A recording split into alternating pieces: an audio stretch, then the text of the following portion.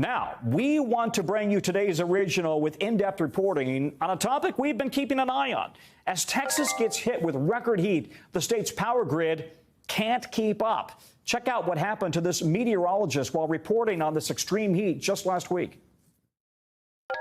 You have this kind of heat over major populations, you get a big draw on that electric demand, and it looks like we may have just switched over to generator power. Our lights just went out.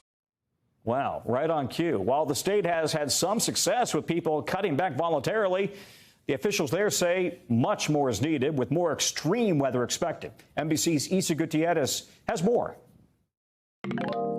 Honestly, I don't remember summer ever this hot. Rudy Garza is the interim president and CEO of San Antonio's electric utility, CPS Energy. This summer, he has a lot more on his plate than just staying cool. What's the thing that you're most worried about with all of this? Well, my job is to keep the lights on. And if we get in a situation where we're having to roll outages across the community, that's what keeps me up at night. As Texas sees record-breaking high temperatures across multiple areas, this summer there's renewed concern about the vulnerability of the state's power grid system. They're working very hard to restore full power, but at this point there is no definitive timetable. With some getting flashbacks to the deadly cold wave in 2021.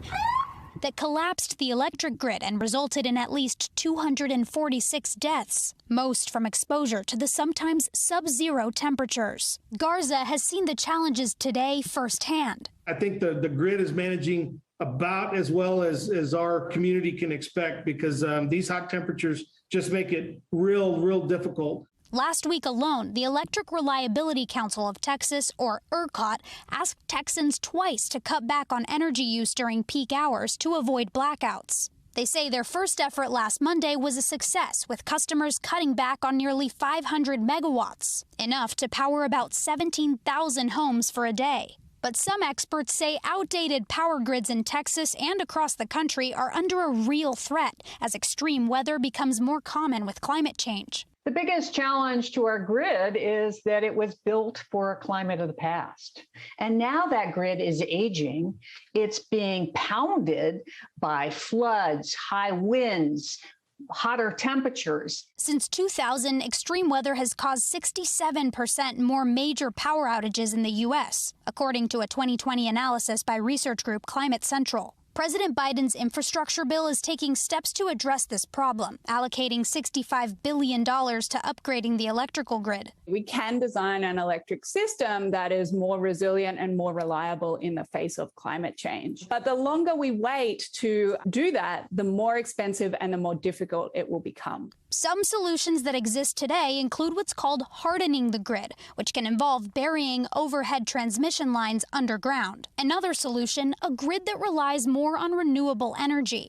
Texas now leading that change, building the most new renewable energy projects last year, according to a report by the American Clean Power Association, a renewable energy trade group. But for now, it really is an hour-to-hour, day-to-day experience right now to ensure that we're doing what we need to do to keep our power flowing. If customers think that their actions don't matter, they matter, especially in this level of extreme heat. So Isa joins us now. So Isa, what other cities and states beyond Texas, what are they doing about this? Yeah, so Tom, just recently, California launched a program that requires utilities to do climate change vulnerability assessments so they can try and figure out where they might need new facilities, where they might need facility upgrades.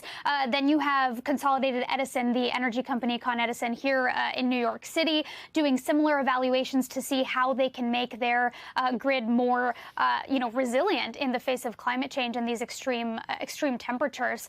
And then there's also the example of cities like Atlanta, Georgia, building microgrids and resilience hubs. These are designed to help communities keep the lights on when there are broader issues with the electric grid systems.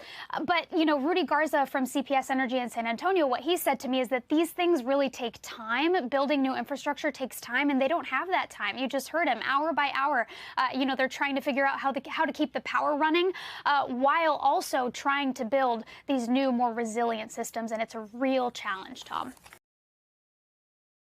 Thanks for watching our YouTube channel. Follow today's top stories and breaking news by downloading the NBC News app.